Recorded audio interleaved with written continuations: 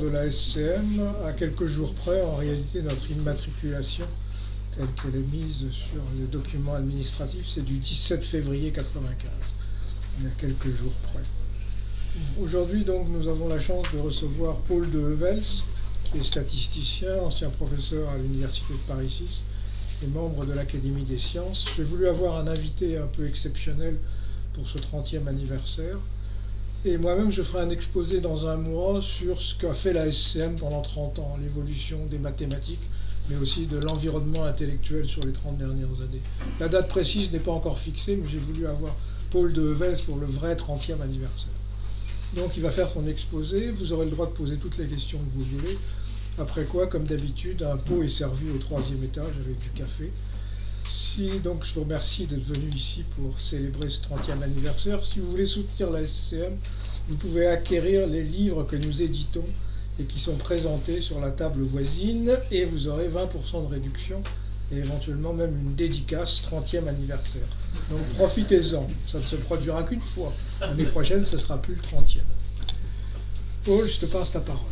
Entendu, cet exposé est fait sous le signe de la colère que j'éprouve devant, si vous voulez, la fumisterie des pouvoirs publics qui se précipitent comme les moutons de Panurge derrière ce qui s'appelle la transition énergétique. Alors je vais d'abord résumer la situation. Les autorités politiques, surtout françaises et européennes, se précipitent en répétant à l'envi les mêmes assertions. Le climat terrestre ferait l'objet d'un réchauffement catastrophique qui tendrait à s'emballer. Affirmation 1. Le facteur principal qui causerait cette évolution serait la production humaine, anthropique, de gaz à effet de serre dont le principal est le dioxyde de carbone, le CO2. Il faut mentionner que ce gaz est produit par toutes les activités humaines, d'élevage et toutes les combustions d'hydrocarbures, notamment par celle des moteurs à explosion et le chauffage au fioul. Il est indispensable à la vie comme moteur principal de la photosynthèse qui régit la pousse des végétaux.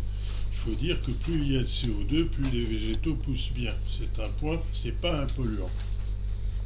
Et alors la conclusion 3, pour sauver la planète, entre guillemets, je mets des guillemets à ça, en limitant le réchauffement climatique à un niveau acceptable, il faudrait comme conséquence de 1 et 2 décarboner l'économie en arrivant d'ici 2050 à ce qui s'appelle la neutralité carbone, caractérisée par un équilibre entre les émanations anthropiques, c'est-à-dire dues à l'homme de CO2, et les mécanismes naturels ou artificiels d'absorption du CO2.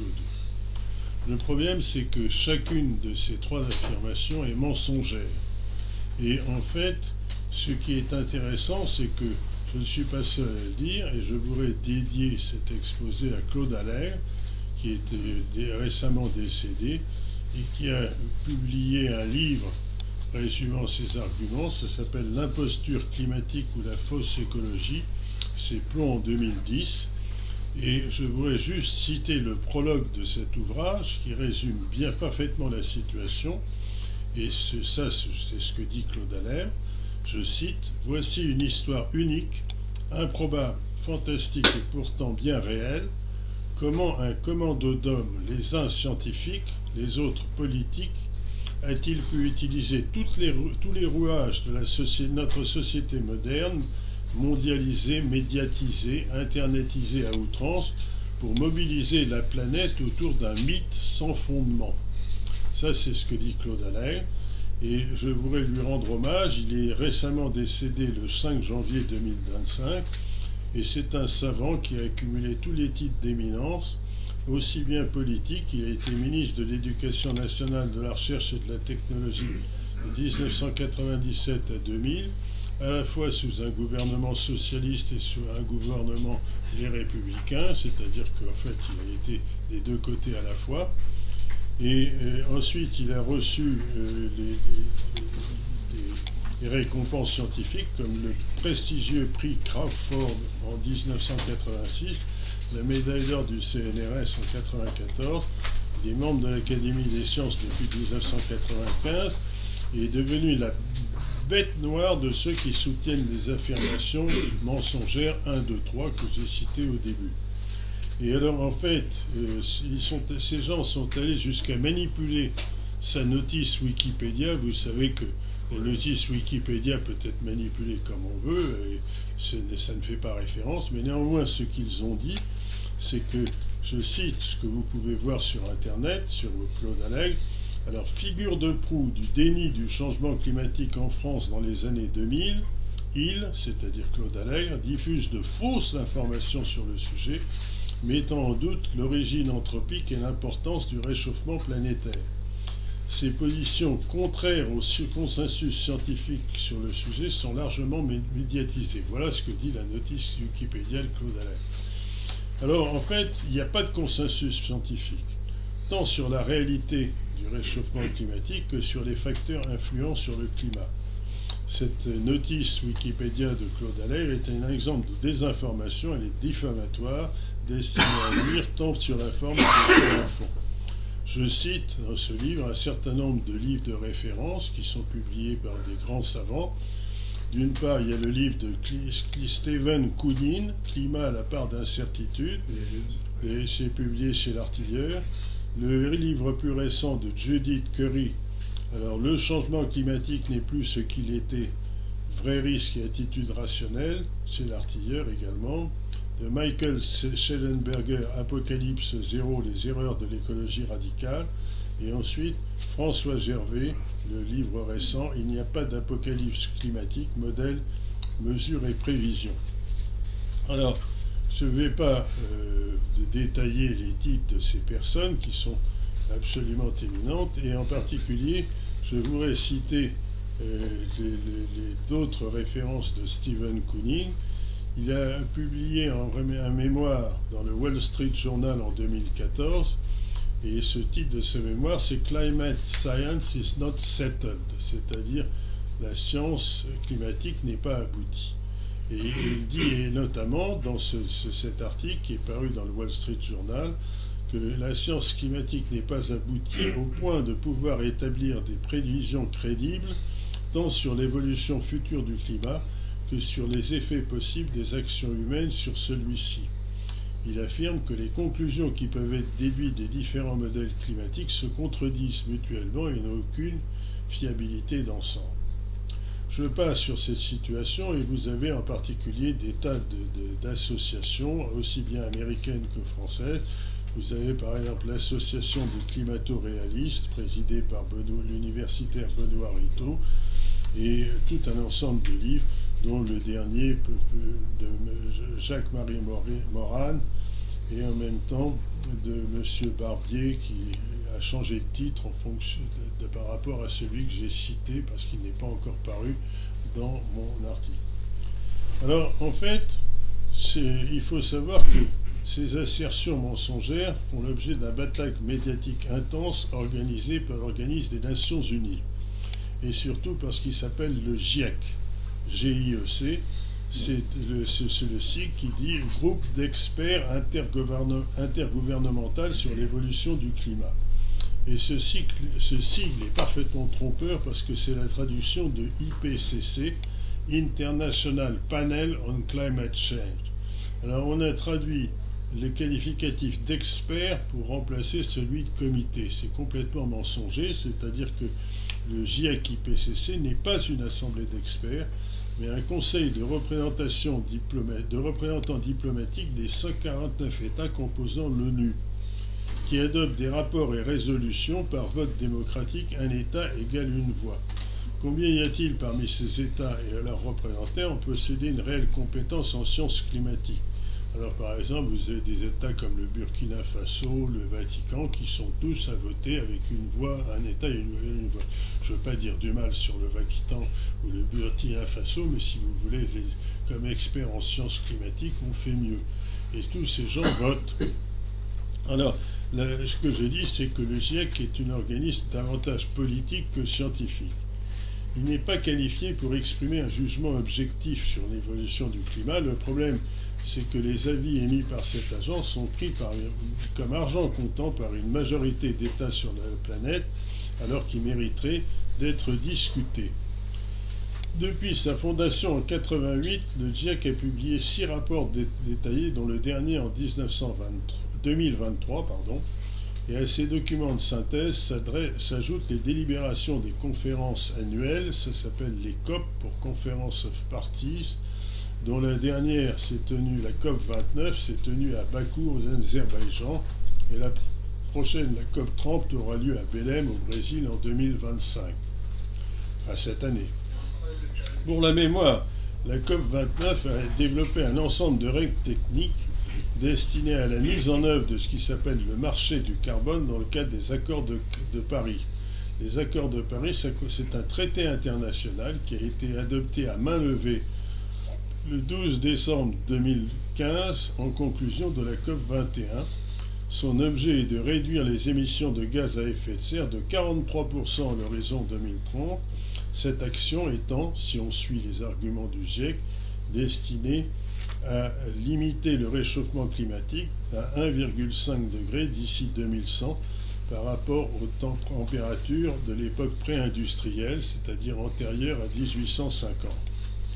La majorité des plus importants parmi les 195 pays de l'ONU ont ratifié le traité entre 2016 et 2019. Depuis, plusieurs pays se sont retirés des accords de Paris, dont le dernier, qui mérite surtout d'être mentionné, par décision du président Donald Trump le 20 janvier 2025, qui a fait le commentaire « Je me retire immédiatement des accords de Paris sur le climat, une escroquerie injuste et unilatérale ». Alors ça, c'est ce que dit Trump, mais je soutiens cet argument parce qu'il faut savoir que, comme vous allez le voir, que les variations de la politique climatique au niveau mondial se réduisent à l'alternance des partis démocrates et républicains aux États-Unis. Le Parti démocrate, c'est surtout à cause de l'influence du politicien Al Gore, qui est devenu vice-président des États-Unis et qui a une très forte responsabilité dans cette mise en œuvre. Alors, en fait, au départ, le GIEC a été un organisme républicain qui a été mis en place par Ronald Reagan et Margaret Thatcher en 1988. Et par la suite, c'est Al Gore, le politicien démocrate, qui a développé ça à partir de 1993 sous la présidence de Bill Clinton. Bon, alors donc, je voudrais que vous reteniez cette alternance entre le Parti démocrate et le Parti républicain. Comme chacun sait, les États-Unis gouvernent la planète et en fonction du parti qui est à la tête des États-Unis, ça oscille de A jusqu'à Z. Alors le problème, c'est, si vous voulez, ce sont les modèles mathématiques. Et ces modèles mathématiques, c'est quelque chose que Bernard Bosnavy connaît bien, que je connais bien, ce sont des modèles mathématiques. L'ensemble des 6 rapports du GIEC et des 29 COP tenus jusqu'à ce jour, les signataires considèrent comme acquis qu'une réduction drastique des émanations de CO2 allant jusqu'à la neutralité carbone en 2050 serait suffisante pour limiter l'évolution des températures de 1,5. Cet argument ne tient pas debout. D'abord, en fait, une prédiction pour savoir quelle serait l'influence d'une réduction plus ou moins forte des émanations anthropiques de CO2 est impossible. En effet, elle doit être établie à partir de modèles mathématiques résistant à l'évolution des températures, et aucun parmi tous les modèles proposés par le GIEC et pris en compte par les climatologues du GIEC n'est parvenu jusqu'à ce jour à des résultats cohérents et reproductibles à long terme. Les modèles existants sont souvent sophistiqués, ils font intervenir des relations entre les paramètres régissant la température et les effets de serre dépendant des gaz présents dans l'atmosphère. Aucun de ceux-ci ne fait usage de paramètres astronomiques liés aux oscillations de l'orbite terrestre autour du Soleil. Aucun d'entre eux ne fait usage de l'ensoleillement. Et je voudrais, dans la suite de cet exposé, montrer que l'ensoleillement, l'activité du Soleil, joue un rôle majeur sur l'évolution du climat. Alors, ceci Donc les modèles du GIEC ne prennent pas en compte ces facteurs dus à l'intensité variable de l'ensoleillement, ni aux fluctuations de l'orbite terrestre. Ils ignorent l'influence du volcanisme sur l'évolution des températures, en particulier l'éruption du Pinatubo a fait baisser la température d'1 ou 2 degrés pendant quelques années à cause des cendres qui étaient envoyées dans la haute atmosphère. Ils s'avèrent incapables de décrire et de reproduire l'évolution climatique observée durant l'ère pré-industrielle, et leur caractère prédictif n'est pas établi. Alors les différences entre les modèles décrivant l'influence de la décarbonation sur l'évolution des températures d'ici 2030, 2050 ou 2100 sont gigantesques, c'est-à-dire parfois vous avez des prévisions qui diffèrent de 400% l'une par rapport à l'autre. Donc on ne peut pas savoir laquelle est la bonne. Alors ça ne sert à rien, comme fait le GIEC, de prendre des dizaines de prévisions différentes et de prendre l'hypothèse moyenne en prenant la moyenne entre ces prévisions, c'est n'importe quoi. Il n'est pas besoin d'être climatologue pour savoir que la plupart des modèles des mathématiques développés pour représenter des phénomènes complexes sont bons en interpolation, mais sont en général très mauvais en extrapolation. C'est-à-dire qu'on ne peut pas arriver à prédire de l'extérieur. Si vous avez un modèle qui est calé entre la période 1990 et 2000, par exemple, le fait de vouloir dire qu'on peut prévoir ce qui va se passer en 2100, c'est pas très sérieux. Alors, en fait, ils ne permettent pas de faire d'une extrapolation fiable, et c'est ceci que cherche à faire le GIEC. Il est impossible donc de prédire l'évolution du climat d'ici 2050 ou 2100, de même qu'il est impossible d'évaluer l'influence des dispositions recommandées par le GIEC sur les variations de température d'ici la fin du XXIe siècle. J'interromps une seconde de Wells pour faire référence à Richard Feynman sur cette abondance de données dont aucune n'est certaine. Feynman citait l'anecdote suivante, il disait « Dans l'ancienne Chine, vous pouvez interroger tous les gens pour connaître, selon eux, quelle est la taille du nez de l'empereur. Et comme vous avez interrogé 100 millions de personnes, vous aurez une réponse avec une très grande précision. Le problème, c'est qu'à l'époque, personne n'avait le droit de regarder la figure de l'empereur. » Pardon, je t'ai interrompu. Non, mais c'est exactement ça. C'est-à-dire que moi, je ne dis pas ce que je dis, le GIEC est faux. Je dis que c'est impossible de prévoir ce qui va se passer en 2100 avec les données dont il dispose. Donc, si quelqu'un me dit si on fait ceci, eh bien, il va arriver cela, eh bien, c'est n'importe quoi. Bon. Alors, je voudrais prendre un exemple frappant, c'est l'influence du rayonnement solaire sur le climat. Alors, en fait, ce point est très important parce que, si vous voulez, on a des chroniques sur une assez longue durée. L'activité du Soleil est très irrégulière et, en fait, les variations de cette activité sont aujourd'hui encore sont inexpliquées. La température terrestre dépend de l'intensité du rayonnement solaire. C'est logique. Lorsque le Soleil rayonne beaucoup, ça chauffe et ainsi de suite. Lorsqu'il rayonne peu, la partie est froide. Et cette température dépend du nombre de taches solaires. Les taches solaires, en fait, il faut voir une tache solaire, c'est-à-dire ce qui apparaît sur un écran avec derrière un filtre pour qu'on ne soit pas brûlé par le soleil. Eh bien, on voit des taches noires, et ces taches noires sont en fait les racines de projection de matière vis-à-vis de l'extérieur. Lorsqu'il y a beaucoup de taches, il y a beaucoup de projections, il y a très forte activité solaire, et on a des comptes rendus du nombre de taches solaires qui ont été comptés en gros depuis 1699. Donc on a des chroniques de façon très complète. Alors en fait, le comptage des taches ont été réalisés de façon quasiment continue depuis 1699, et on a découvert que le cycle solaire évolue dans un schéma périodique, mais pas vraiment périodique, qui est irrégulier, qui de la durée moyenne de ce cycle, c'est 10,7 ans, et en fait le cycle de l'évolution de l'activité solaire varie de 8 à 14 ans. Ça s'appelle le cycle de Schwabe, et ça a été mis en évidence par l'astronome Samuel Schwabe en 1843. Et les cycles de Schwabe sont numérotés quasiment de l'origine des observations. On dénombre à peu près 28 cycles, et en fait ils sont numérotés de 1 à 25. Le plus récent, c'est le 23 de 96 à 2008, le 24 de 2008 à 2019, et le 25 qui est en cours à partir de 2019.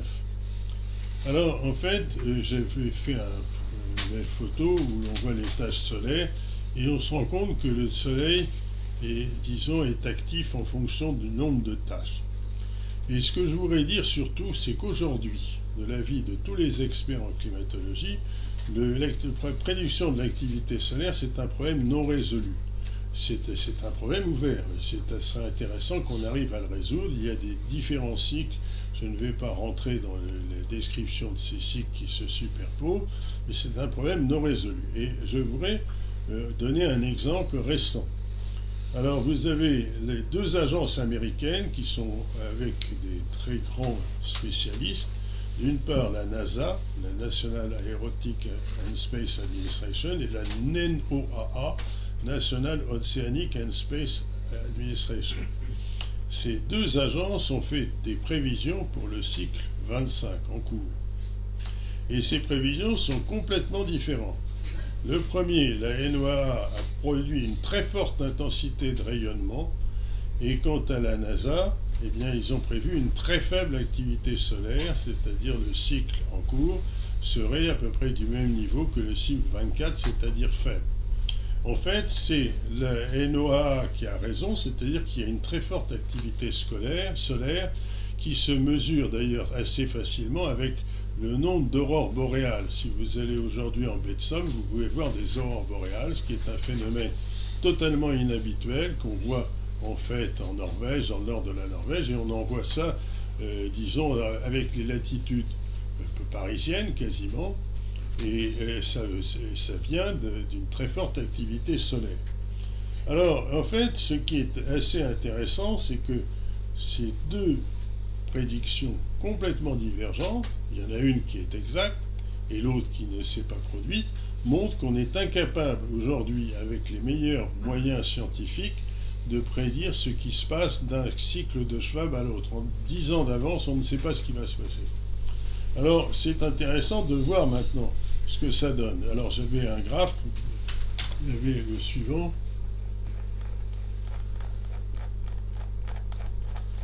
Voilà. Voilà les derniers cycles solaires. C'est le 22, 23, 24. Et vous voyez que c'est très différent. Le 24 est très faible. Et si on avait une projection du cycle 25, vous verriez quelque chose qui est bien plus important que le cycle 22. C'est une énorme activité. Ça va être mis sur Internet, tout ça, vous inquiétez pas, vous n'avez pas besoin de l'enregistrer maintenant. Alors, en fait, on peut reconstituer l'intensité de l'activité solaire par toutes sortes de méthodes sur de plus longues périodes.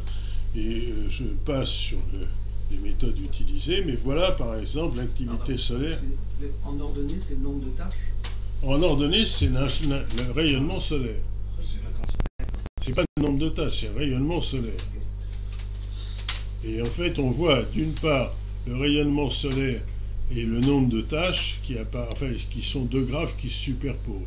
C'est-à-dire qu'en fait, ces dessins montrent qu'il y a une correspondance presque parfaite entre le nombre de tâches solaires et le rayonnement. Mais ce sont deux mesures différentes. Alors, voici l'activité solaire dans les 11 400 dernières années. Est-ce que vous pouvez passer le dessin suivant? Voilà. Alors, vous voyez que c'est très fluctuant. Et en fait, récemment, vous avez une élévation de l'activité solaire, tout à fait récente. Et vous pouvez voir ceci dans le graphe suivant. Voilà. Alors, ce graphe est plus intéressant parce que c'est entre l'an 0 à 1900. Vous avez en fait plusieurs événements qui sont remarquables là-dedans. Vous avez d'une part le maximum médiéval qui est une période où il y a eu un très fort réchauffement pendant le Moyen-Âge, en gros vers l'an 1000-1100. Et vous avez aussi, ce qui est ici, tout à fait en bas, le minimum de Sporer et le minimum de Maunder. Le minimum de Maunder, c'est entre 1745 et 1815, où il y a eu un très fort refroidissement qui d'ailleurs était attesté par le fait que la Seine gelait 90 jours par an. À cette époque, on pouvait passer d'une rive à l'autre de la Seine en marchant sur la glace. Et ce minimum de Maunder a été marquée par le fait qu'il n'y avait absolument aucune tache solaire. C'est-à-dire pendant cette période, alors vous voyez le suivant, voilà par exemple un graphe qui montre le nombre de taches solaires de 1600 à 2000, et vous avez le minimum de Maunder qui est totalement plat. Alors les climatologues sérieux, il y en a, ont fait un recensement des périodes remarquables identifiées de l'activité solaire.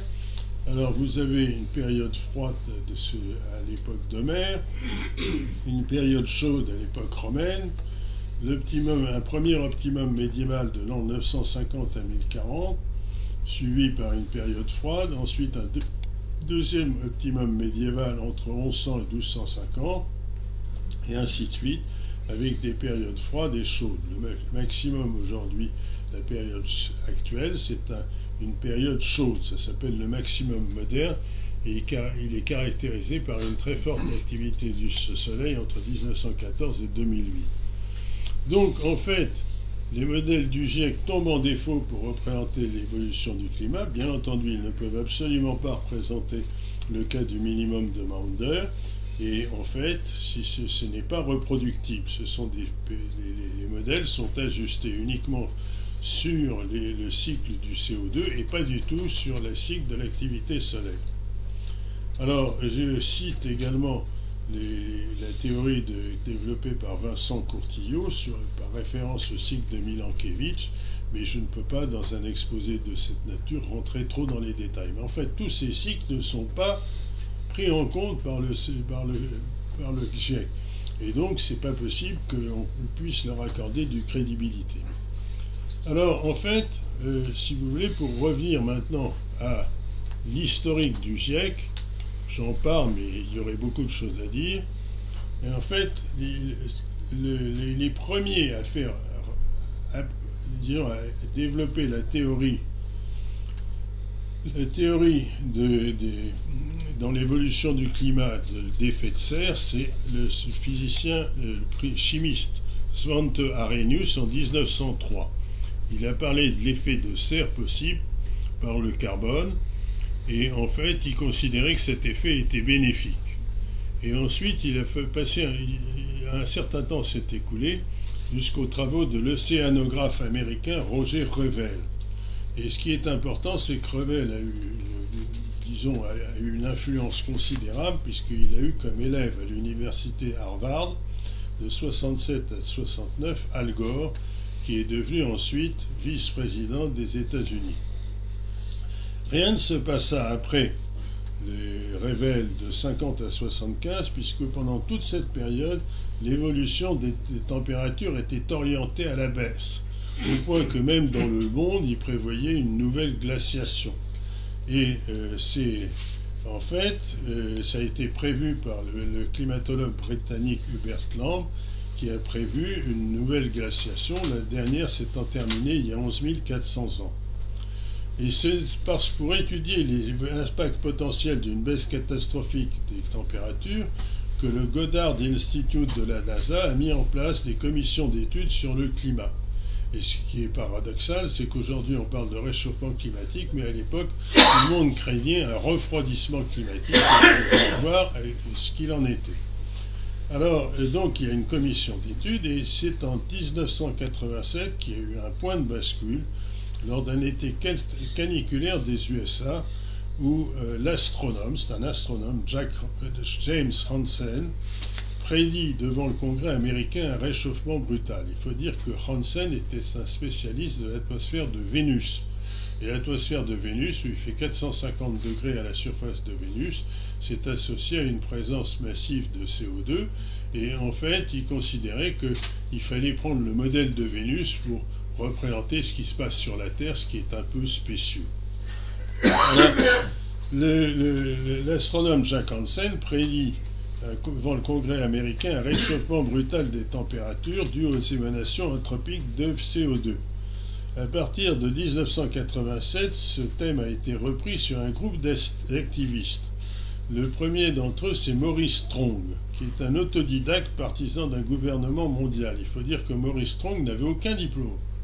Et il a été propulsé par le groupe de Bilderberg, en particulier par toute une série de financiers à la tête du programme des Nations Unies pour l'environnement, le PNUE, où il a développé systématiquement des prévisions alarmistes, la montée de température de 4,5 degrés, l'élévation du niveau des océans de 1,5 m qui était censé se produire dans la première moitié du XXIe siècle, c'est-à-dire maintenant. Alors, en fait, ces prévisions alarmistes étaient destinées à affoler l'opinion en vue de développer une politique mondiale de contrôle du climat. En 1988, Ronald Reagan et Margaret Thatcher créent le GIEC IPCC, et ceci est le début de la religion du carbone. Alors, en fait, dans un livre de 2010, qui est publié par le philosophe belge Dieu Cronfidi, qui déclare « Le GIEC est mort, vive la science », il qualifie le GIEC de la plus grande mystification de la science moderne. Il énumère les recommandations du GIEC, qui qualifie de TIICE, taxer, interdire, inciter, contraire, éduquer. C'est ainsi que le 4e rapport du GIEC de 2007 demande de, je cite, baisser les limites de vitesse automobile, imposer le covoiturage, réduire les accès des automobiles au centre des agglomérations. Vous avez Ensuite, subventionner les véhicules écologiquement performants et les voitures électriques. Taxer les véhicules en fonction de leurs émissions de CO2. Taxer les émissions de CO2 et j'en passe. Toutes ces recommandations n'ont rien à voir avec la température, n'ont rien à voir avec le climat. Mais c'est ce qu'on a déduit des rapports du GIEC. Alors, à titre d'exemple, dans la manière dont étaient suivies ces recommandations, la loi Climat et Résilience française de 2021 institue les zones à faible émission, les ZFE. Et quels sont les rapports de ceci avec le climat? On peut très bien parler de pollution, mais ça n'a rien à voir avec le climat. Alors, en fait, il y a toute une série de titres. Je cite la collection d'ouvrages de Christian Gérondeau, le CO2, un mythe planétaire, l'écologie, la faim, et ainsi de suite. Et le CO2 est bon pour la planète, la religion économiste. Vous verrez toutes ces références qui sont très nombreuses, et en particulier la religion écologique 3, la voiture électrique et autres folies. Bon, je passe. Surtout, ce qui est important, c'est les multiplications des prévisions alarmiques du GIEC. Le point de bascule, c'est dans 2 films documentaires à succès. Le premier, c'est Une vérité qui dérange, de 2006, et le deuxième, Une suite qui dérange, de 2017.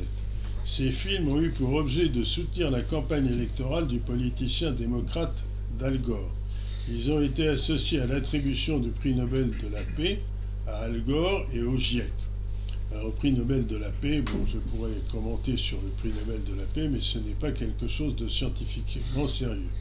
Parce que les prévisions de ce film, qui d'ailleurs est très bien fait, une prévision, une vérité qui dérange, si vous voulez, c'est très convaincant, mais ça ne veut pas dire que ça soit exact. Eh bien, c'est farci d'annonces mensongères, telles que la fonte annoncée pour 2016 des neiges du Kilimandjaro, c'est rien passé. La disparition des glaciers de l'Himalaya, il ne s'est rien passé. L'élévation de l'océan, alors que Hansen parlait de 1,5 mètre, eh bien, Al Gore, dans son film, parle de 6 mètres. Hein. Et alors, il est vrai que les océans montent un petit peu, mais de quelques millimètres par an. Et la meilleure prévision, la prévision la plus pessimiste qu'on puisse voir sur l'élévation du niveau de la mer en 2100, c'est 24 cm. Ça n'a rien à voir avec 6 mètres. C'est 24 cm, c'est gérable. Et d'ailleurs, il y a des endroits où l'océan, au lieu de monter, baisse, par exemple parce que l'Angleterre, qui était recouverte d'un caparaçon de glace qu'il avait enfoncé l'île britannique, remonte. Et donc, il remonte plus que l'océan. Donc, en fait, vis-à-vis des barégraphes anglais, eh bien, on voit un phénomène inverse de ce qui se passe dans le monde. Bon. Ceci étant, ça montre que les choses ne sont pas simples. En fait, comment est-ce que de telles bélivésées, des affirmations trompeuses du GIEC ont pu prospérer à ce point? Il faut se poser la question, à qui profite le crime? C'est-à-dire à qui profitent ces contre-vérités? Eh bien, en fait, c'est assez facile à comprendre si on réfléchit un tant soit peu. Absolument toutes les activités humaines et industrielles produisent du CO2, Et le contrôle du marché du carbone est un facteur essentiel de pouvoir politique au niveau international. C'est ce qui justifie l'installation préconisée initialement par Al Gore en 2007 d'un marché mondial des émissions de CO2 qui a été mise en place tant au niveau mondial qu'européen. Alors, la conclusion de ceci, c'est qu'il y a plusieurs conclusions. Je voudrais dire d'abord que l'activité solaire est un élément crucial dans l'évolution du climat. Cette activité de solaire n'est pas quelque chose de connu avec une précision suffisante, et le Soleil a une activité extrêmement instable. C'est inquiétant. On voudrait bien que le Soleil soit plus ou moins constant, il rayonne de façon constante, mais le moteur solaire est une espèce de moteur qui a des hoquets avec des activités fortes suivies d'activités faibles. Et je dirais qu'on est surtout inquiet lorsqu'il y a des activités faibles, parce qu'il y a de très forts refroidissements qui sont inquiétants. Donc le Soleil est un astre instable qu'on ne connaît pas bien et on ne sait pas le décrire comme il faut. Ensuite, le CO2 n'y est absolument pour rien. Alors par exemple, François Gervais dans ce livre, c'est intéressant, il vient de paraître, il n'y a pas d'apocalypse climatique, c'est un bon livre à acheter. Je ferai une émission d'ailleurs sur ce livre sur Radio Courtoisie vers la fin mars. Eh bien, il décrit que si par exemple on supprimait aujourd'hui toutes les émanations mondiales de CO2, ça ferait baisser la température de 0,00005 degrés centigrades en moyenne sur la planète. Et quand à la température faisait ça au niveau français, ça serait encore 1000 fois moins. Donc c'est quelque chose qui est complètement négligeable. Il y a une influence du CO2, mais cette influence est extrêmement faible et en fait peut être négligée. Alors, au vu de notre discussion, il devrait être indiscutable qu'il n'y a aucune raison climatique de limiter les émissions anthropiques de CO2. Les seuls arguments pouvant être recevables pour restreindre l'utilisation de ce qu'on appelle les combustibles fossiles, c'est-à-dire le pétrole, le gaz qu'on va chercher dans la croûte terrestre, eh bien serait, s'il y en avait peu, c'est-à-dire s'il y avait des réserves faibles, de faire des économies.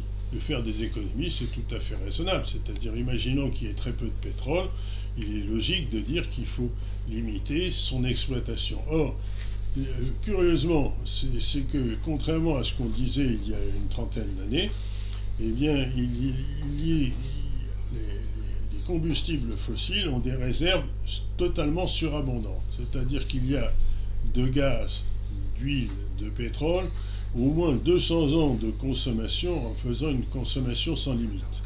Donc en fait, on est certain que pendant 200 ans, il va y avoir assez de pétrole pour faire absolument ce qu'on veut. Donc il n'y a aucune raison de faire des économies. Alors on peut très bien dire on va faire des économies à l'horizon de 200 ans, mais ça c'est un autre problème. Qui aurait pu dire il y a 20 ans que les États-Unis deviendraient le premier producteur de pétrole de la planète, dépassant l'Arabie Saoudite avec le gaz de schiste et le pétrole de schiste. Les techniques évoluent de façon considérable et il faut bien voir que les prévisions qu'on pouvait faire il y a 20 ans ne sont pas valables aujourd'hui. Alors, le discours du GIEC recommandant la décarbonation ne devrait pas être pris en compte. Le problème est que le GIEC se part de l'approbation de l'ONU et les recommandations du GIEC sont prises au sérieux par les signataires de l'accord de Paris. Le résultat est une catastrophe. Une catastrophe, ça donne l'impression du spectacle des moutons de Panurge se précipitant vers l'abîme sans qu'on puisse faire quoi que ce soit pour les arrêter. Je suis allé jusqu'à écrire en particulier à la Commission européenne pour leur signaler ça. Ils disent en fait, nous suivons les recommandations du GIEC. Très bien. Alors, le GIEC recommande l'arrêt progressif des émissions anthropiques. Et la question, c'est que, admettons qu'on veuille faire ça. Est-ce que c'est seulement faisable de réduire à zéro les émanations anthropiques en 2050? Alors, il y a des gens qui sont occupés du chiffrage de ça. Et en particulier, vous avez un rapport qui est librement téléchargeable, qui existe, c'est le rapport Pisani-Ferry, Il est librement téléchargeable. J'ai donné le site web où c'est téléchargeable. Et le coût annuel privé, pas d'État, des dépenses nécessaires à la neutralité carbone en 2050 serait pour la France seule, tenez-vous bien, 70 milliards d'euros par an, chaque année jusqu'en 2050. Alors 70 milliards, il faut savoir que le budget total de l'État, c'est 308,7 milliards d'euros en 2025. Donc ça représente à peu près le quart du budget de l'État qu'il faudrait dépenser pour arriver à la neutralité carbone en 2050. Est-ce que vous croyez honnêtement qu'on peut le faire compte tenu de l'état calamiteux des finances françaises? Bien sûr que non. Et au même instant, M. Éric Lombard, ministre de l'économie et des finances, enfin bon, c'est M. Bayrou, hein, c'est-à-dire que si M. Bayrou n'a pas fait l'objet d'un rejet de l'Assemblée nationale, il ne le sera plus. Mais pour le moment, il est ministre de l'économie et des finances et il a déclaré solennellement la transition écologique, je cite, hein, est la principale priorité du gouvernement. Il faut qu'on s'adapte et ça demande beaucoup d'investissements qui ne seront pas toujours rentables. Et ça risque de conduire, il faut l'accepter, à une baisse de la rentabilité des entreprises à moyen terme. Bon, honnêtement, est-ce que M. Lombard est bien placé comme ministre des Finances? Je me pose une question, mais ce n'est pas à moi d'en décider. Je vais dire par là que, compte tenu de la situation calamiteuse des finances françaises, en disant il faut faire ça même si les entreprises françaises vont souffrir. Bon. Alors, je ne sais pas comment, en définitive, qui va payer. Alors, le problème qui est non des moindres, c'est que l'Europe, les institutions européennes, ont inscrit depuis 2021, dans la loi commune, des mesures législatives destinées à amener l'Union européenne avec la neutralité carbone en 2050, avec l'objectif intermédiaire de réduire les émissions de CO2 de 55% en 2030 par rapport à leur niveau de 1990. C'est l'agenda Fit for 55, composante de l'European Climate Law et de l'European Green Deal. Parmi les clauses de ce paquet législatif, on retiendra l'interdiction de commercialiser des véhicules à moteur thermique, essence ou diesel, en 2030. Il faudra étendre cette mesure aux véhicules industriels, camions et tracteurs agricoles compris. Bon, c'est-à-dire que les tracteurs finis. Hein. Alors, en fait, également, les véhicules industriels finis, le chauffage des logements privés va être fortement impacté par l'interdiction des chaudières à fioul et bientôt des chaudières à gaz, qui devront être remplacées par des chauffages électriques et des pompes à chaleur, le tout étant assorti d'un diagnostic de performance énergétique léonin. Et en ce qui concerne l'arrêt des voitures à moteur thermique, le fleuron des industries françaises, allemandes et italiennes, c'est un véritable massacre industriel. Et en particulier en Afrique, qui représentait un marché bien connu des véhicules thermiques, eh bien, il n'y aura plus que des Toyota, parce que je doute qu'il y ait des stations de recharge électrique au milieu du Sahara. Bon, c'est un détail, mais si vous voulez, c'est quelque chose qui est un véritable... Alors, toute la fabrication des moteurs diesel, la fabrication des moteurs à essence, arrête. Bon. Alors, je parle maintenant d'une chose que peut-être vos amis connaissent, c'est le bilan carbone. Alors, en l'application de l'article 244 de la loi de finances pour 2021, le décret du 24 décembre 2021 prévoit l'établissement d'un bilan des émissions de gaz à effet de serre pour les entreprises de plus de 50 salariés. Est-ce que tu as plus de 50 salariés? Peut-être, j'en sais rien. Mais ce bilan doit être mis à jour tous les 3 ans. Bon. Et puis, j'en passe, il y en a des quantités. Est-ce que franchement, tout ça pour ça? Est-ce que ça vaut la peine de faire ça? Une collection de normes contraignantes et ruineuses qui tombent les unes après les autres sur les Français sans aucune utilité. Parce que, comme vous avez vu, le fait de supprimer le CO2 ne sert à rien. À rien. Alors, en fait, alors je parle... Ah si, je conclus. La taxe carbone. La taxe carbone, c'est une des grandes inventions d'Al Gore. Et ça a été mis en place en France en 2014. Ça s'appelle la contribution climat-énergie. Cette taxe est actuellement fixée à la suite de manifestations du type des Gilets jaunes à 44,60 € par tonne de CO2 émis. Donc chaque fois que vous remplissez votre chaudière de fioul, mettons, vous avez à peu près 1000 litres, 1000 kilos de CO2 émis vous devez payer 44,60 € de taxe carbone. Et cette taxe carbone est destinée à augmenter. Alors en fait, je dis, contrairement à toutes les dispositions précédentes, cette taxe a une utilité. Elle a une utilité, c'est d'abonder les caisses de l'État de 10 milliards d'euros par an. C'est un impôt. Bon, alors ça sert à abonder les caisses de l'État. Mais à part ça, ça ne sert à rien. Alors, je conclus en recitant à nouveau les paroles de Claude Allègre. Il a écrit un excellent livre, d'ailleurs, d'un livre d'entretien qui vaut la peine d'être lu.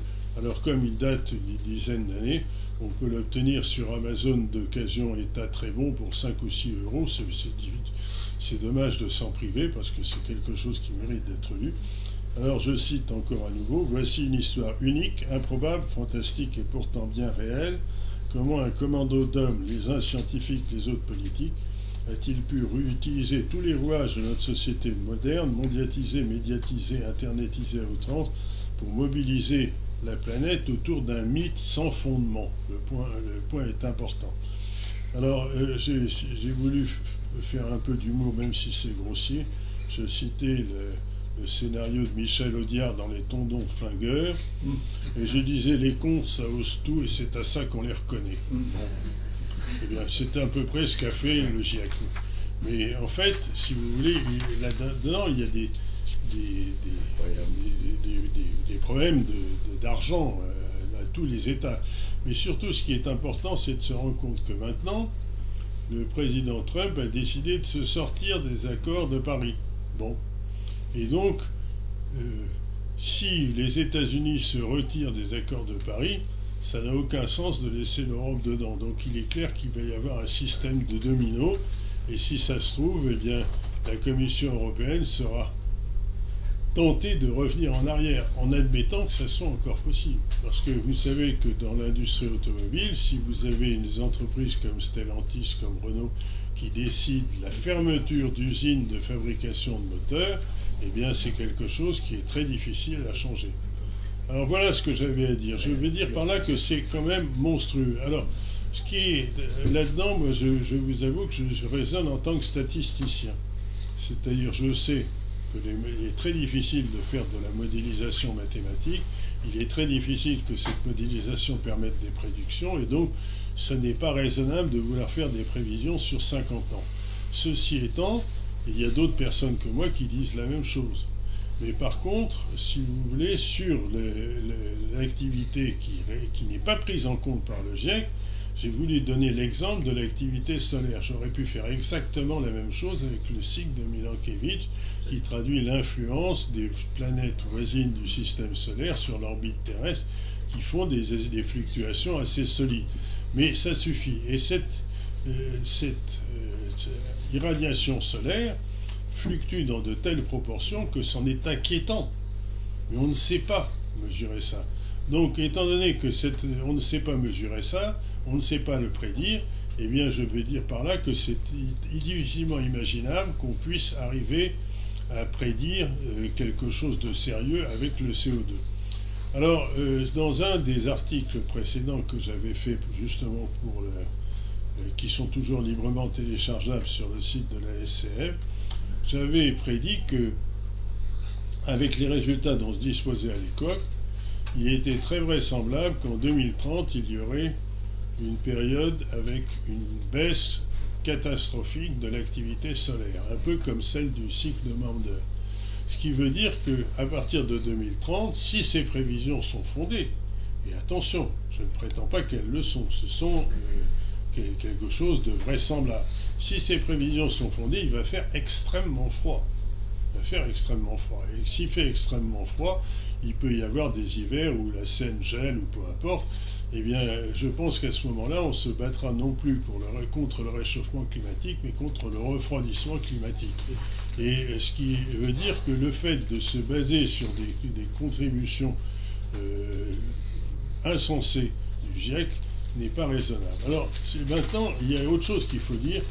Voilà, il se trouve que j'organise une émission de radio sur Radio Courtoisie, le livre journal des sciences et des techniques, et j'invite un certain nombre de gens. Alors j'ai voulu inviter une personne méritante, Sylvie Brunel. Sylvie Brunel, qui est membre de l'Académie qui a été nommée membre de l'Académie de géographie. Alors il y a une Académie de géographie, elle a été élue à cette Académie de géographie, et elle a reçu un prix.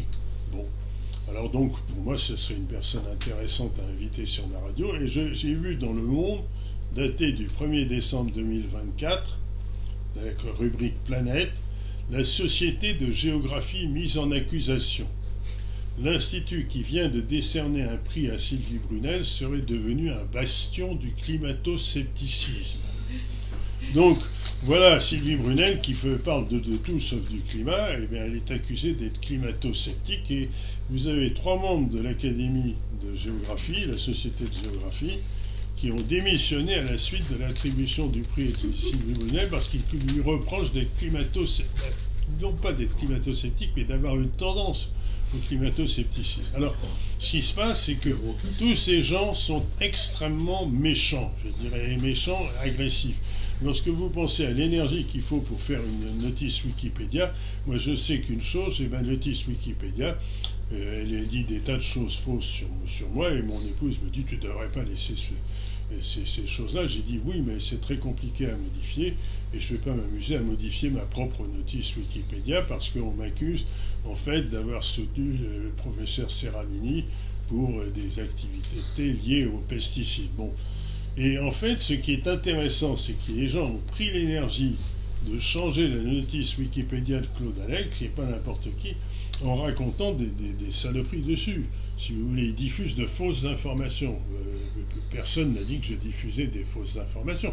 Mais si on avait dit que je diffusais des fausses informations, j'aurais fait un procès en diffamation. Mais Allègre s'en fiche complètement. D'ailleurs, il est mort maintenant, mais je dis même lorsque c'est paru, ça ne l'intéressait pas. Mais c'est pour vous montrer la nocivité de ces gens-là qui forment une espèce de mafia. Et le fait même de discuter, vous voyez, discuter la thèse du GIEC est considéré comme un péché. Alors, maintenant, il faut dire aussi que dans les activités humaines, la science ne se décrète pas par consensus. Il y a en particulier la théorie de la dérive des continents, les plaques terrestres, qui véritablement a été démontrée après avoir été annoncée dans les années 1920, à partir du moment où on a pu faire des mesures très précises par satellite. Vous voyez par exemple de 2 plaques qui s'écartent de quelques centimètres par an, il faut des mesures par satellite pour le voir. Mais en fait, les gens se sont écharpés, et vous avez quelques personnes qui ont dit mais oui, la dérive des continents ça existe, et d'autres qui disent vous n'y pensez pas, mais ça se discute. Le problème, c'est que le GIEC n'admet aucune discussion, et surtout, c'est là où les choses sont inquiétantes, c'est cette espèce de mainmise de l'ONU sur les gouvernements, si vous voulez, qui est très inquiétant. Je dirais que c'est vraiment très inquiétant, et il faut lutter contre ça pour poursuivre la vérité. Voilà, je vous remercie de votre attention. Si vous avez des questions.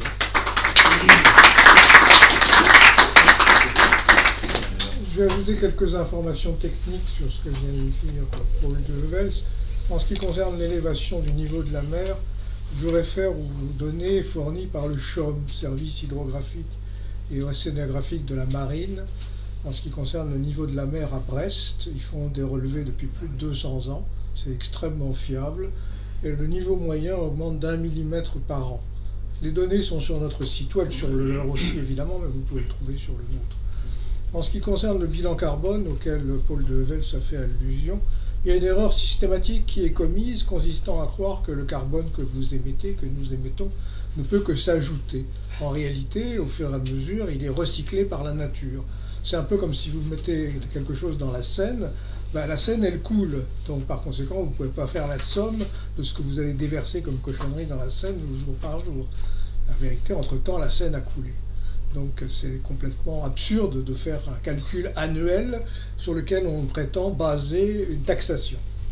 Troisième point, ça concerne comment pourrais-je dire, l'évolution des températures à laquelle de Hevels a fait allusion. Moi, je mets systématiquement à la poubelle toute argumentation qui ne reprend pas le point suivant. il y a eu une période glaciaire qui a duré environ 100 000 ans et dont on est sorti, selon De Vels, il y a 11 400 ans, 35 jours et 25 secondes. Non, je plaisante.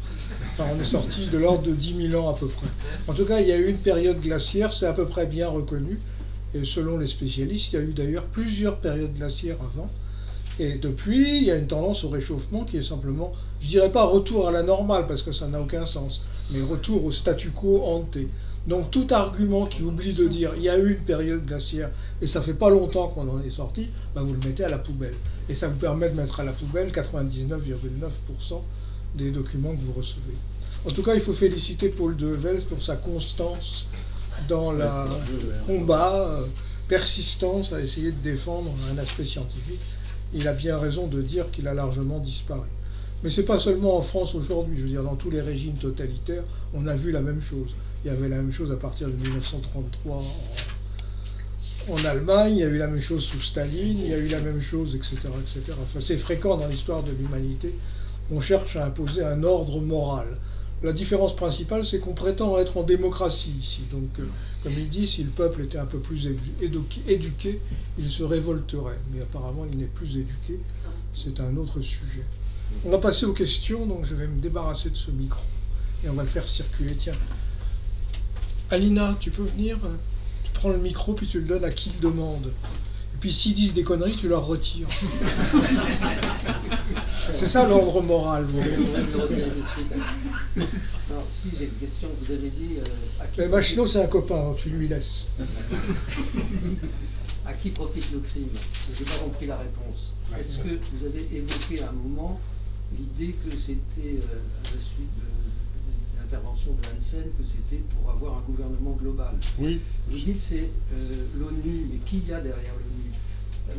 Que l'Europe d'aujourd'hui cherche à utiliser ce moyen pour assurer son pouvoir sur l'Europe, ça je peux le comprendre, mais est-ce que c'est ça vraiment qui conduit à ce déferlement, ce tsunami de conneries?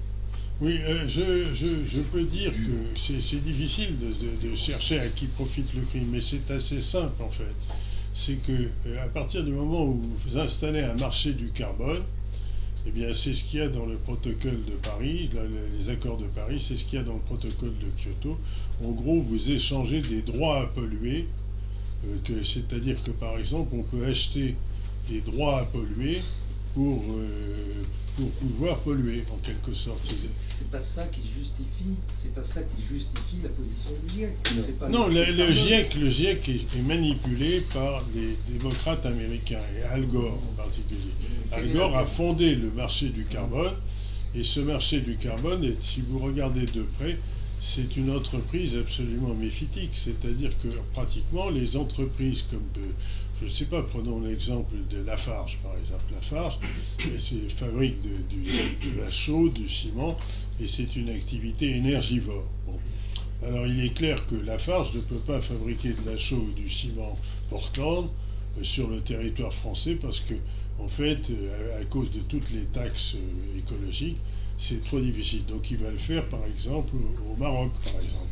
Et pour faire ça au Maroc, eh bien, il faut échanger des droits à polluer en termes de carbone qui sont des droits marocains pour pouvoir ensuite vendre le ciment Portland sur le territoire français. C'est un mécanisme très compliqué, le marché du carbone. Et ce marché du carbone est une affaire de gros sous.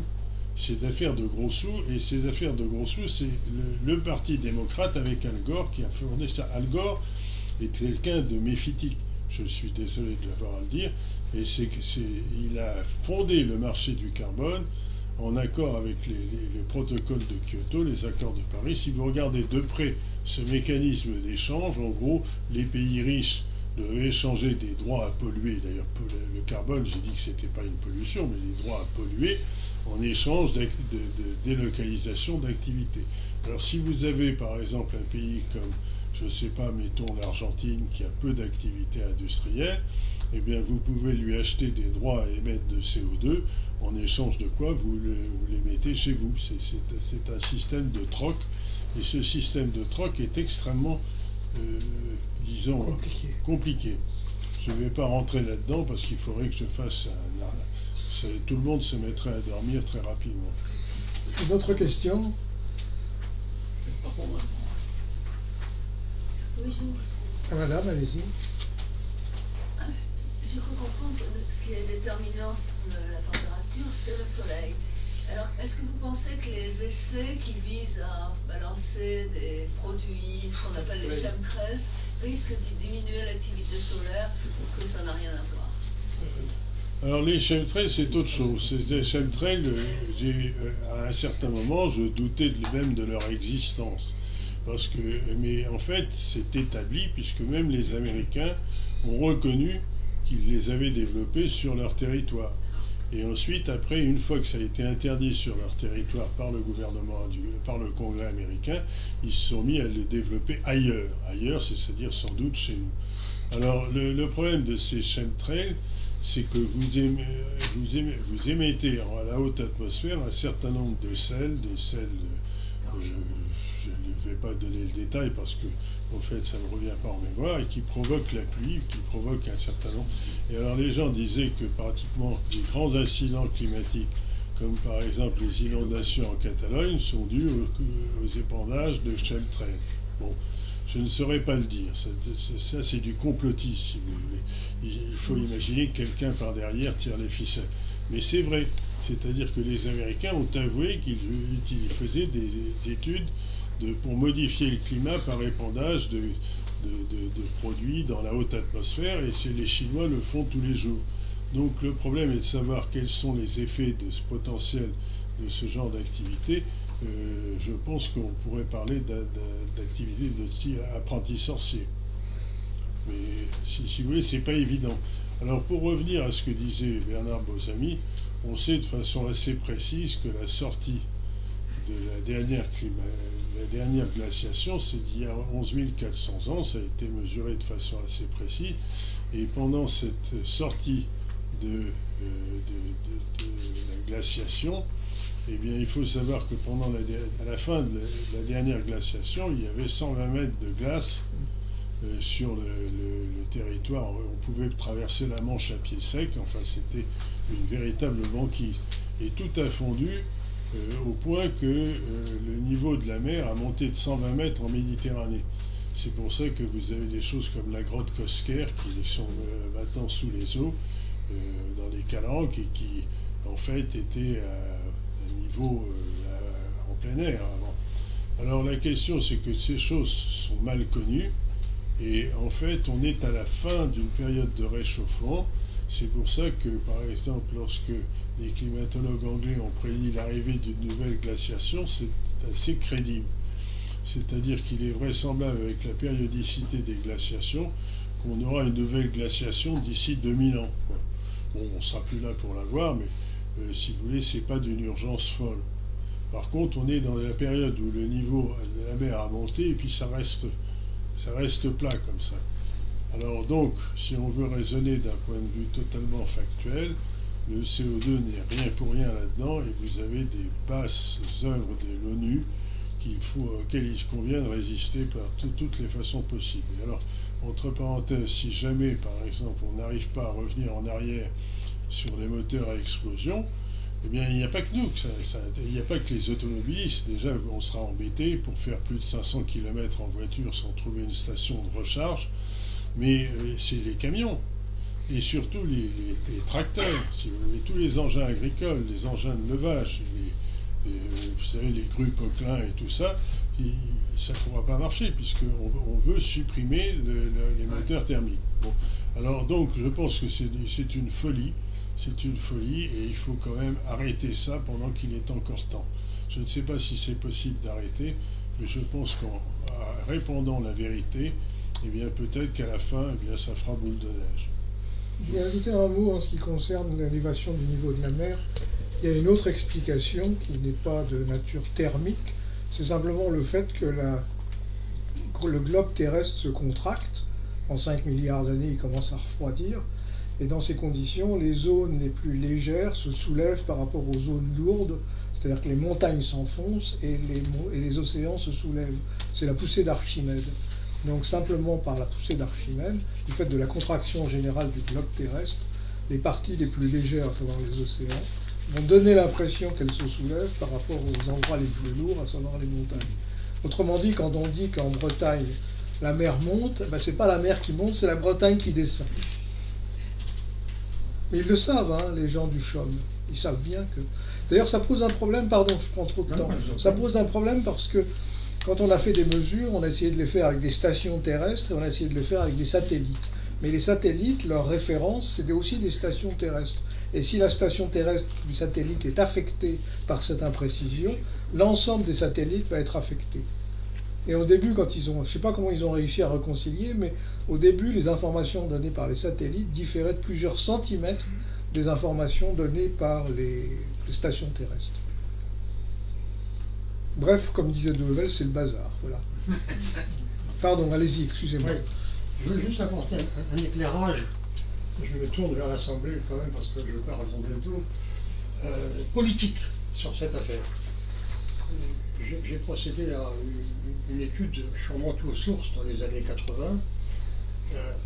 Et en fait, ce qui s'est passé, c'est que quand le GIEC à l'époque a condamné le CO2 anthropique, la science climatique était dans les limbes, très peu développée. Et ils se sont concentrés sur l'effet de serre et ils ont même exclu les effets naturels. Hein, dans la mission du GIEC, on ne s'occupe que de l'effet de l'homme sur le réchauffement climatique. Et une fois qu'ils ont pris cette décision en 92, à l'unanimité, c'était un peu difficile pour le GIEC d'apporter la preuve contraire. Il aurait totalement décrédibilisé le vote des Nations Unies aux Nations Unies en 92. Donc ils ont été pris par leur propre décision, qui moi je trouve prématurée à l'époque, et c'est pour ça qu'ils ont imposé, ils ont mis la science en tutelle depuis 92, et ils ont imposé le mythe du CO2 anthropique et la nécessité de le combattre. Et ça a été un combat difficile, ils ont mis 23 ans, entre 1992 et 2015, pour obtenir l'accord des pays. Et ça reste aujourd'hui très fragile. Donc il y a toute cette dimension politique qui explique cette volonté, cette animosité, cette violence, même des autorités onusiennes à imposer cette doctrine. Voilà, donc c'est un point, je crois, important, d'autant plus qu'un autre élément est important, c'est que dès les années 80, les hautes sphères de l'ONU étaient cannibalisées par les écolos, les radicaux.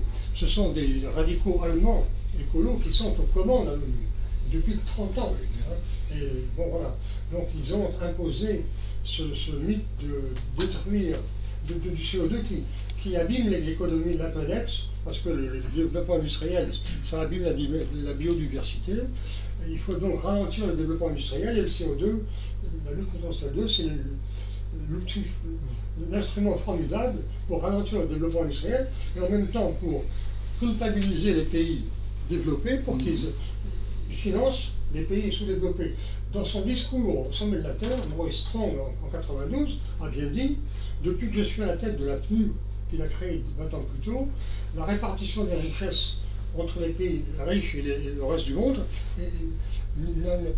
est restée mauvaise. Donc il faut que les pays industrialisés contribuent davantage. » Et voilà, et donc le fait d'attaquer le CO2, ça a rendu les pays industrialisés responsables. Et là, on vient de voir qu'à Bakou, ils ont multiplié par 3 l'aide de 100 milliards par an à 300 milliards. Bon, c'est quand même déjà beaucoup, mais c'est depuis 30 ans la politique systématique de l'ONU à cet égard. Je vous remercie. Oui. Je vais rebondir sur ce que vient de dire monsieur. Je crois que vous avez tort globalement de chercher des explications rationnelles. Se demander à qui profite le crime. Il y a des tas d'explications dans l'histoire de l'humanité où le pouvoir a été pris par des gens pour des raisons de doctrine. En 1933, quand Hitler a pris le pouvoir, il s'est attaqué aux Juifs. Max Planck est allé le voir en lui disant « Pourquoi est-ce que vous voulez virer les physiciens juifs des universités ? Ils ont fait leur boulot pendant la guerre de 14-18, comme tout le monde, du côté allemand évidemment. Bon, ils ont fait leur boulot comme tout le monde, pourquoi voulez-vous les virer ?» Et Max Planck rapporte ceci en disant « De toute façon, Hitler ne m'écoutait pas, il avait décidé de virer les Juifs. » Puis ensuite, il a fait pire. Bon, Oui, oui. c'est pareil avec le CO2 ou ces doctrines à l'heure actuelle. C'est devenu quelque chose qui va alimenter un credo populaire dont les gens se servent, mais ça n'a pas de fondement rationnel. C'est pour ça que j'admire ce que fait De Hevels, mais ça sert strictement à rien, dans la mesure où, par exemple, notre gouvernement s'en fout complètement. Ce que vient de dire M. De Hevels a déjà été dit par lui et par d'autres d'innombrables fois. Et Max Planck avait pu aller voir Hitler, on n'imagine pas que Macron va recevoir Paul De Hevels pour écouter quelque chose qui ne va pas dans le sens des credos du GIEC. Ça sert strictement... Tu as essayé d'aller le voir ? Non, Ça sert à rien. Surtout pas. Ils ont leur doctrine à l'avance et le GIEC n'a fait qu'alimenter. D'ailleurs, il y a plein de modèles mathématiques faits par des mathématiciens pas du tout éminents, mais qui servent à alimenter les credos des politiques qui ont pris leurs décisions d'avance. Donc, les combattre de manière rationnelle ne sert strictement à rien. À la limite, c'est ce que tu dis, c'est que ça sert à rien qu'on se secoue, mais je pense que quand même... Oui, mais tu as raison de le faire, j'admire. Non, en fait, si, parce que c'est pas possible de laisser faire ça. On ne peut pas voir ça sans réagir. Oui, à propos des travaux du GIEC qui sont pris comme parole d'évangile quand ils paraissent, c'est assez surprenant de voir qu'il y a les Nations Unies ont créé bien avant le GIEC, peu près de 15 ou 16 ans avant le GIEC, un organisme qui fonctionne de la même façon que le GIEC, c'est-à-dire en collectant des informations, qui a un sigle impossible à prononcer parce qu'il n'a jamais été traduit en français, je crois que ça s'appelle l'UNCA, et qui répertorie les risques liés à des émanations, des émissions de nucléaires. Donc l'UNCA a fait des travaux très impressionnants, très sérieux sur tous les accidents nucléaires qu'il y a eu, y compris en dernier lieu sur Fukushima, et qui a établi qu'il y a eu à Fukushima peut-être 10 personnes qui sont mortes du fait du rayonnement et 20 000 qui sont mortes par la noyade consécutive Or, tous les travaux de l'UNCA sont parfaitement occultés. Et je vois qu'ici, même dans cette réunion de gens intéressés et spécialistes, je ne sais pas combien connaissent, sauf peut-être la EDF qui pourrait être directement intéressée, connaissent l'existence de cette institution. Je crois que vous avez raison, mais enfin, c'est pareil avec tout ce qui concerne le nucléaire en général. On a fait des tas de procès à tout un tas de gens. Vous mentionnez Serralini tout à l'heure. On a fait tout un procès à tout un tas de gens dont les travaux montraient, par exemple, que l'impact du nuage de Tchernobyl en France avait été en fait négligeable, et tout le monde prétend qu'il y a eu des tas de millions de morts, etc. etc. Donc, moi, ce que j'essaye de dire de manière répétitive, c'est que ça ne sert à rien de se bagarrer contre le credo populaire. Le credo populaire est complètement convaincu que les lignes à haute tension favorisent l'apparition de la maladie d'Alzheimer et tout ce que vous voulez. Ou que les bagnoles dans la rue favorisent l'autisme. J'ai encore vu une étude là-dessus il n'y a pas longtemps. Donc il y a plein de choses comme ça. Alors ça ne sert pas à grand-chose de se bagarrer. De toute façon, le gouvernement a pris ses décisions consistant à interdire ceci et cela. Oui, je crois que tu pourrais parler des lignes à haute tension. À un moment, vous étiez obligé de les enterrer, non? C'est pas vrai? Pas encore le cas. Pas pour cette raison-là. Enfin bon, pour revenir à ça, je dois dire que je ne crois pas qu'on puisse laisser faire, en particulier le GIEC, sans réagir. Voilà. Je pense que les erreurs de la Commission européenne et le Green Deal, c'est quelque chose qui va nous impacter, qui nous impacte déjà.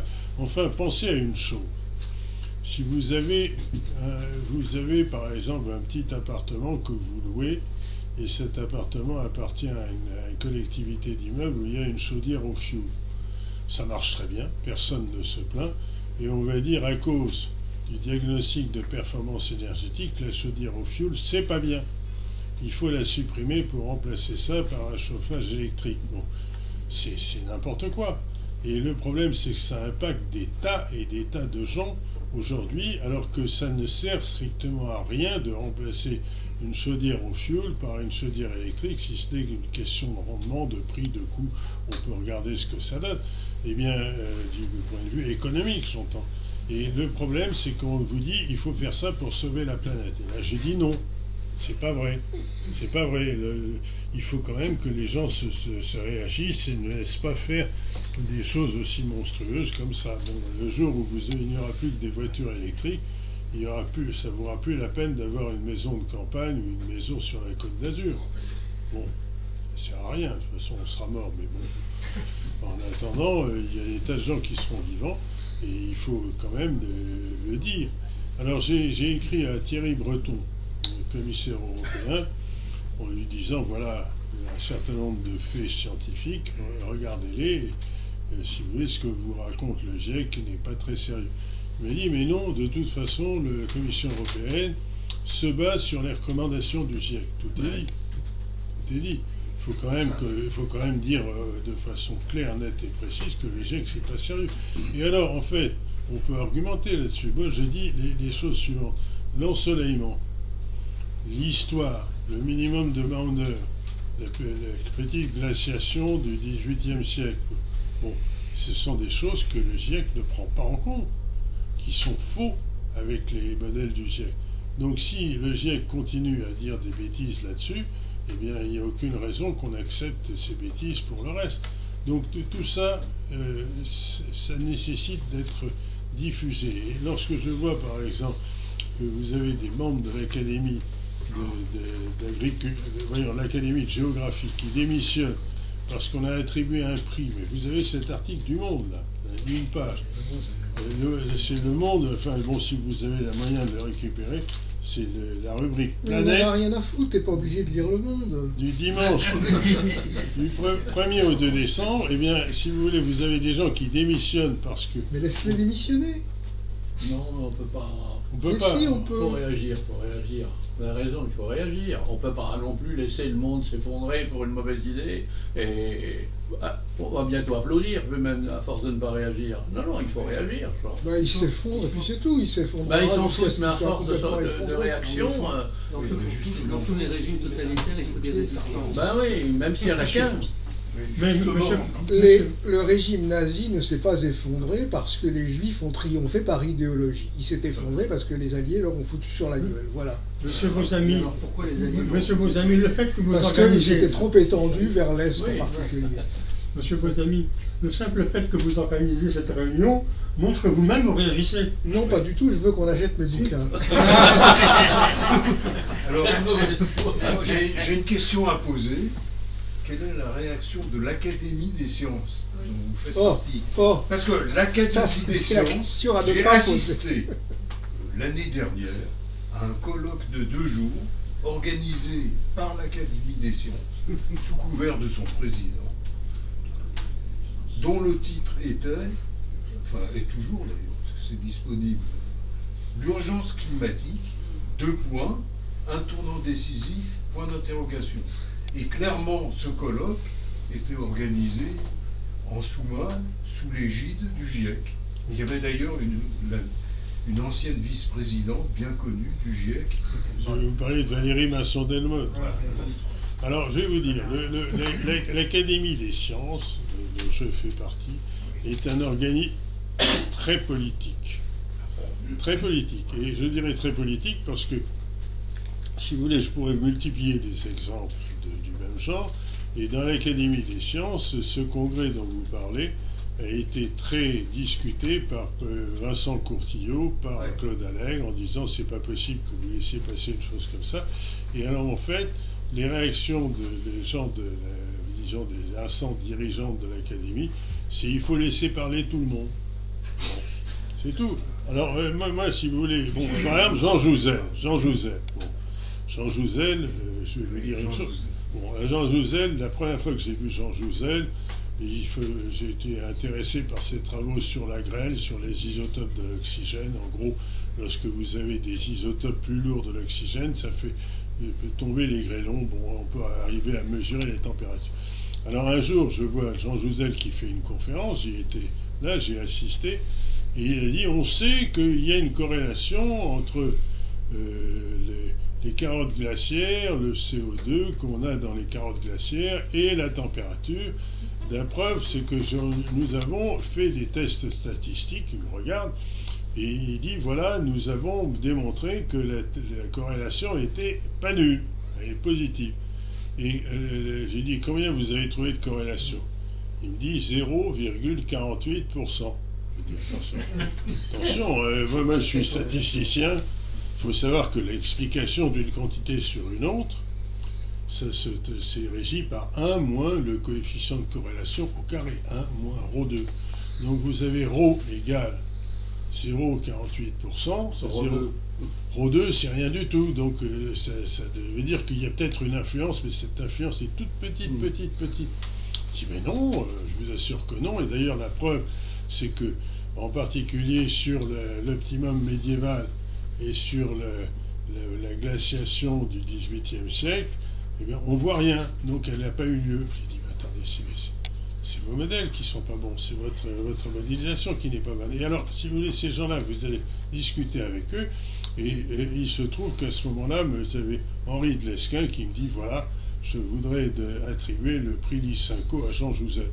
Alors moi, je me suis dit, je viens de le voir, en fait, il raconte des stupidités, donc je veux bien m'y associer. Alors il a attribué le prix Lysenko à Jean Jouzel.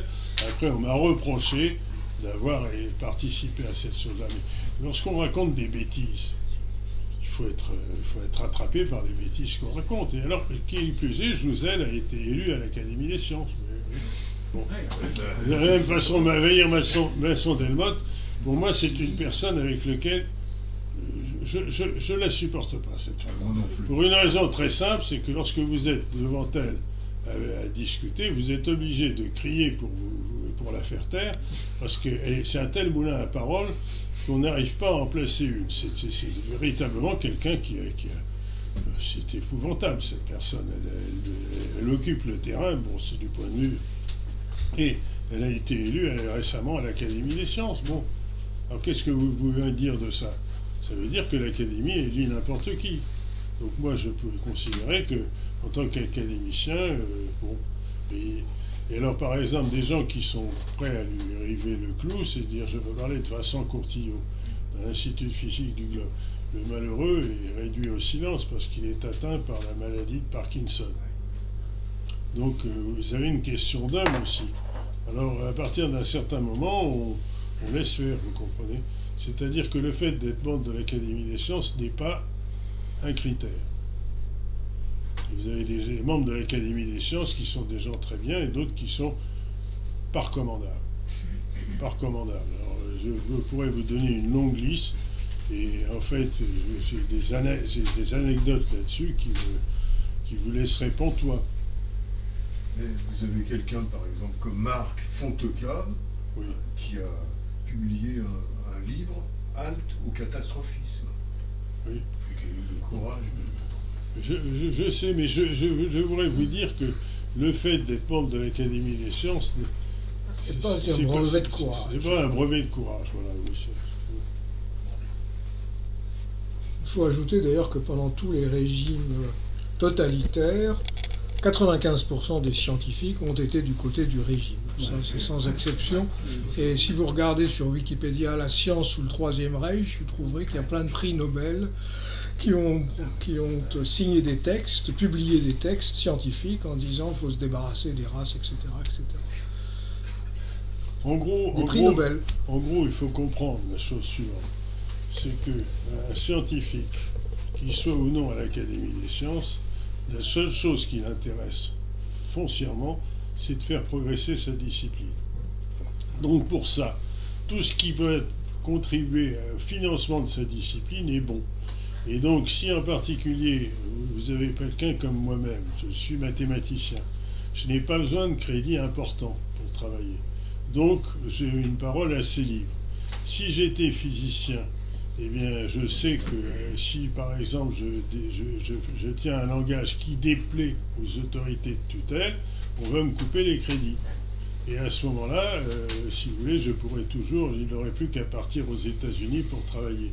Donc le problème, c'est que c'est ça, et vous avez une espèce de servilité qui existe chez les scientifiques. On ne peut pas s'attendre de leur part à beaucoup de courage, vous comprenez? C'est évident, c'est comme ça.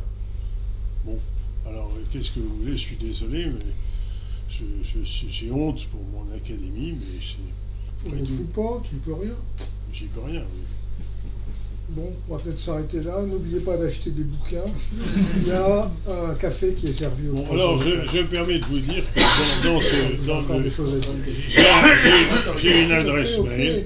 Si vous avez des questions à poser, envoyez-moi un courriel et je répondrai si je le peux. Juste une toute petite question. On voit que tous les cycles, depuis moins 950, ont entre 30 ans minimum et 150 ans maximum de durée. Donc, le dernier va commencer, le cycle 25 va commencer en 2008, non, c'est ça? Ils ont 11,4 ans de périodicité moyenne, la durée d'un cycle. Ben non, ah oui, c'est pas les cycles qu'on voit là. C'est les extrêmes. Non. C'est les extrêmes. Ah d'accord. Non, c'est les extrêmes, c'est l'ensoleillement. Mais le problème, c'est que si vous voulez, on n'est même pas capable, aujourd'hui, avec tous les moyens dont on dispose, de prédire correctement le cycle suivant. Et donc, comme on n'est même pas capable de faire ça, c'est même pas la peine de dire ce qui va se passer en 2050, vous comprenez? Même pas capable. Donc, il est intéressant de faire de la climatologie, il est intéressant de regarder, par exemple, les courants La Niña, de regarder les courants de la bascule, les courants de l'Atlantique Nord, qui pourraient transformer une période, qui pourraient supprimer le Gulf Stream, par exemple. Il y a des tas de choses intéressantes à faire en climatologie, mais le fait de dire que le carbone on doit décarboner pour faire baisser les températures, ça c'est de la foutaise, je suis désolé de le dire. Alors en fait, le problème c'est que la climatologie a fait un énorme progrès, mais surtout sur la partie du GIEC. Le GIEC, je raconte le GIEC, alors c'est n'importe quoi. Alors, mais si vous voulez voir des choses très sérieuses là-dessus, lisez le livre de François Gervais. François Gervais, c'est quelqu'un de très sérieux. Alors voilà, il y a ce sens. La France serait responsable, si on supprimait tout le CO2 anthropique français, d'une baisse de 0,000056 degrés centigrades.